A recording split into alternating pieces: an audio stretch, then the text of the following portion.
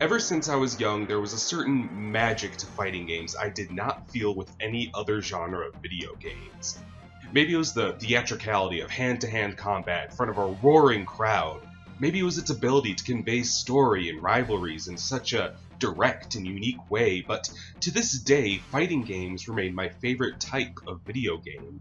And my favorite series of my favorite genre is easily Mortal Kombat. Mortal Kombat has been a staple of arcades since 1992, joining the fighting game races of the 90s and gaining traction with its digitized graphics and its biggest distinction, the fatality. Aside from being bloodier than most fighting games that surrounded it, Mortal Kombat has always been a slight outlier among its cousins in the genre. It's something of a rarity for a big fighting game series to be developed by an American company.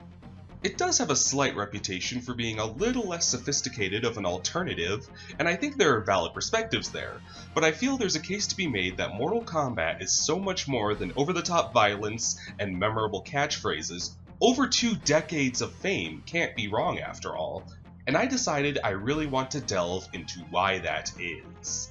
A lot of fighting games have a worldwide martial arts tournament as their backdrop, usually with a cash prize and reputation on the line, and a greater evil looming over that only a handful of the cast is actually aware of. Mortal Kombat takes the stakes a little bit higher, because while the fighters are still entrants in a martial arts tournament, the prize is the fate of one's home world. Shao Kahn, the tyrannical emperor of the magical realm of Outworld, brings his champions to Earthrealm, our world, to battle in Mortal Kombat. Earthrealm's victory means they get left alone for another century or so, but if Kahn wins, he can merge Outworld with Earthrealm and add it to his collection. As a result, every character is aware of what's on the line here, and only the most elite have been summoned, each to serve a purpose in the story. This connects the characters in a way that's cohesive. You could make a web of how every character in Mortal Kombat connects, and I feel that's exemplified with the 3-line intro dialogues introduced in Mortal Kombat X, where each and every combination of characters have something unique to say to one another because everyone has a place in the far reach of Mortal Kombat's lore. And as grand as the stakes are, the connections these characters have run deep. The rivalries are ages old and incredibly personal. The fate of Earthrealm and Outworld acts as the backdrop for Kitana and Melina's sibling animosity, Sonya's age-long chase after Kano, the only criminal to escape her grasp, and quite possibly one of the most famous video game rivalries ever, that of Scorpion and Sub-Zero, the two ninjas damned to oppose one another owed to the manipulations of a wicked sorcerer. These rivalries have a very spaghetti western martial arts movie confrontation feel to them, and it's hard not to be invested. There's also virtually no unexplored avenue with mortal combatants. Ninjas, soldiers, cyborgs, terrorists, monsters, necromancers. It makes the universe feel almost like a D&D campaign of colorful, up to 11 characters as opposed to a mere martial arts tournament. Characters can often be split into factions depending on their origins and loyalties, defenders of Earthrealm, Outworld, and so forth.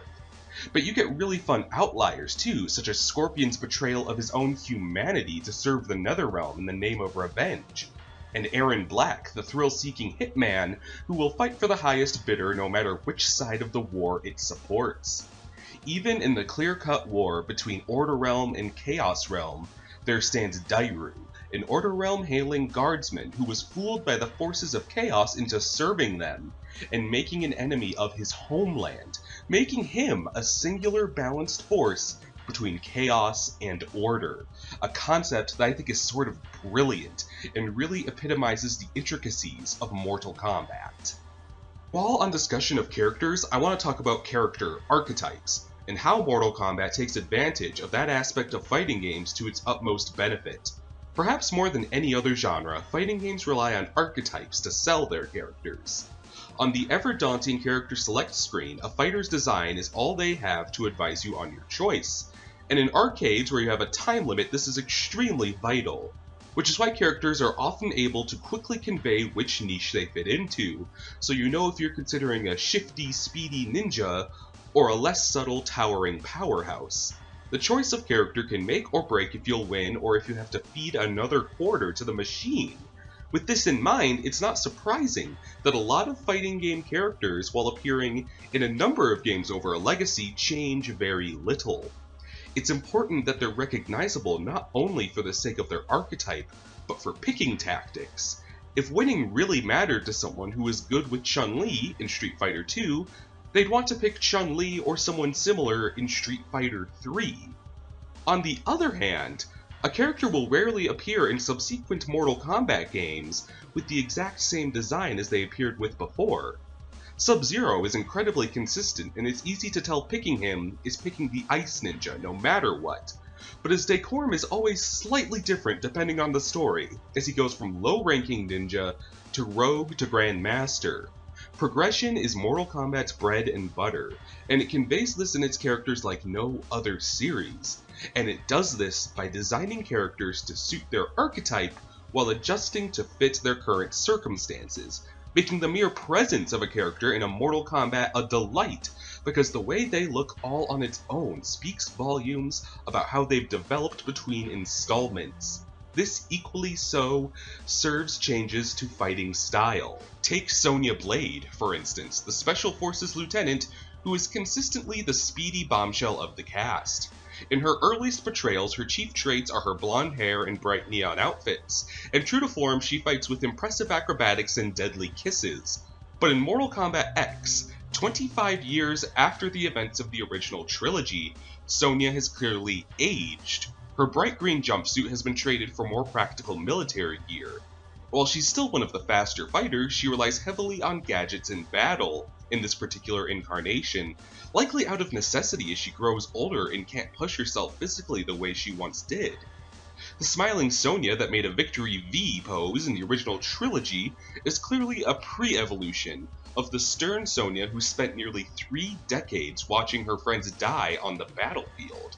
They're both the same quick-footed army girl on the character menu, but the design choices show a progression that is peerless in the fighting game community, keeping Sonya's overall style familiar, but changing the choices to compose it to keep it fresh. As I mentioned before, opposing the Earthrealm fighters are the monsters and warriors of Outworld, where even more excellent character design lies. Shao Kahn has made his Outworld empire out of various other realms he's conquered, making the populace of Outworld an unpredictable hodgepodge of terrifying and creative fighters. And within these various species and types are genuine politics within Outworld, such as the colonial restrictions Shao Kahn keeps on Edenia, and the ongoing feud between the Shokan and the Centaur races over which species will reign as Shao Kahn's favorite bodyguards. My favorite Mortal Kombat character is Devora, who represents the insectoid chitin people of Outworld. And one of the reasons she's so great is because of how extensively she informs us of her people and lifestyle by just the little things about her. She speaks in an impersonal manner, referring to herself as this one, as opposed to I or myself, as though she only views herself as one among a colony.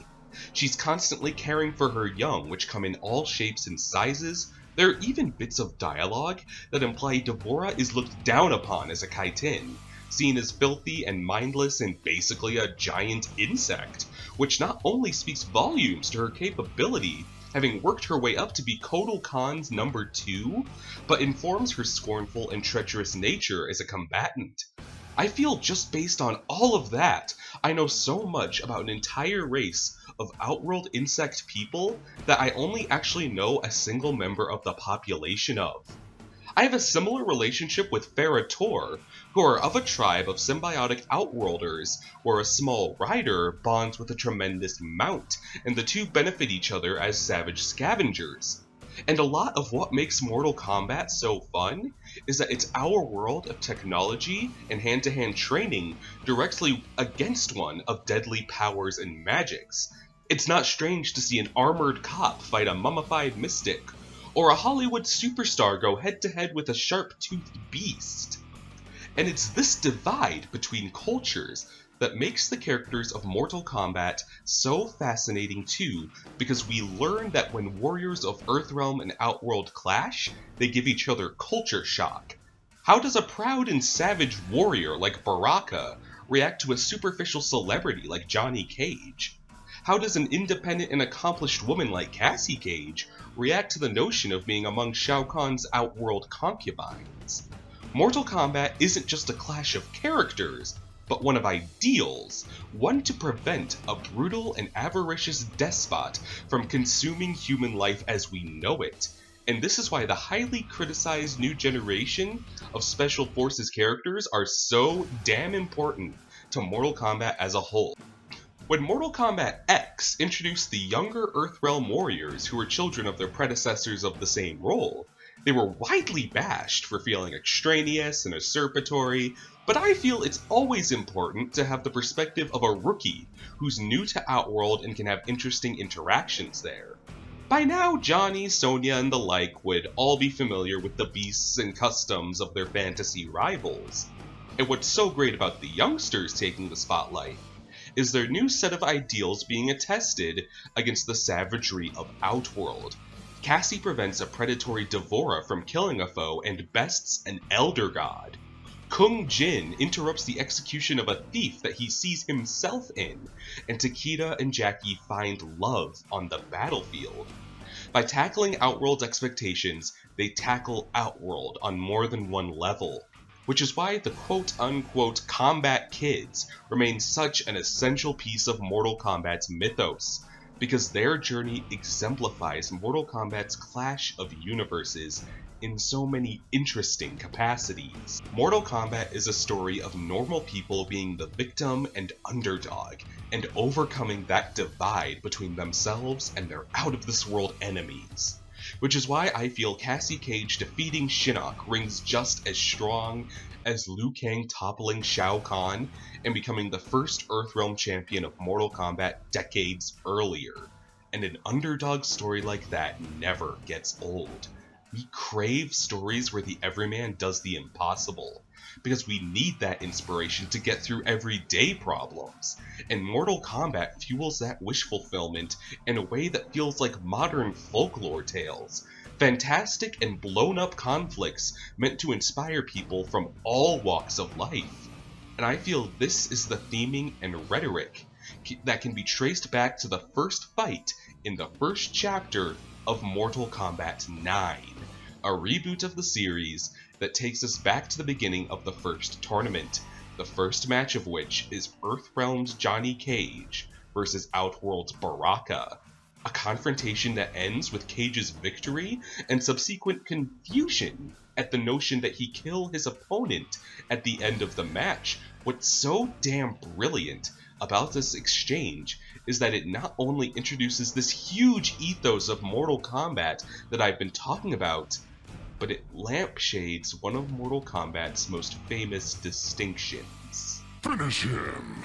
As I mentioned before, what really put Mortal Kombat on the map is the fatality.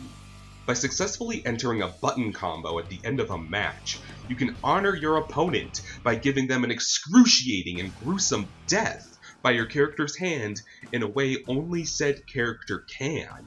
It's easy to write this off as a cheap eye catcher, but the fatality is so satisfying. You don't have to end the struggle with your foe with a single weak punch, or one guy falling over due to time limit running out. No matter what, you'll have the chance to make your opponent go out with a bang. And revolving back to the strength these games have in character conveyance, there's a surprising amount you can learn about your character by how they end these bloody encounters. Whether you're the stylish millennial Cassie Cage who takes a selfie with her opponent's dead body, or the aging man of action Jax, who puts his cigar out in the opponent's opened up throat. The undisciplined bounty hunter Kano is quick to do you in with a couple of knives, while the warrior king Kotal Khan will remove your heart in a way that is choreographed to resemble a grand tradition for execution. And it's character building and lore like this that has made my love for the Mortal Kombat world impossible to fatality, if you will. So I've gassed on quite a bit about my love for the Mortal Kombat mythos, characters, and storytelling, but you may feel I've skirted a good deal around mentioning the most recent installment, Mortal Kombat 11. That my viewer, is a discussion for another day, and truth be told, not an entirely happy one.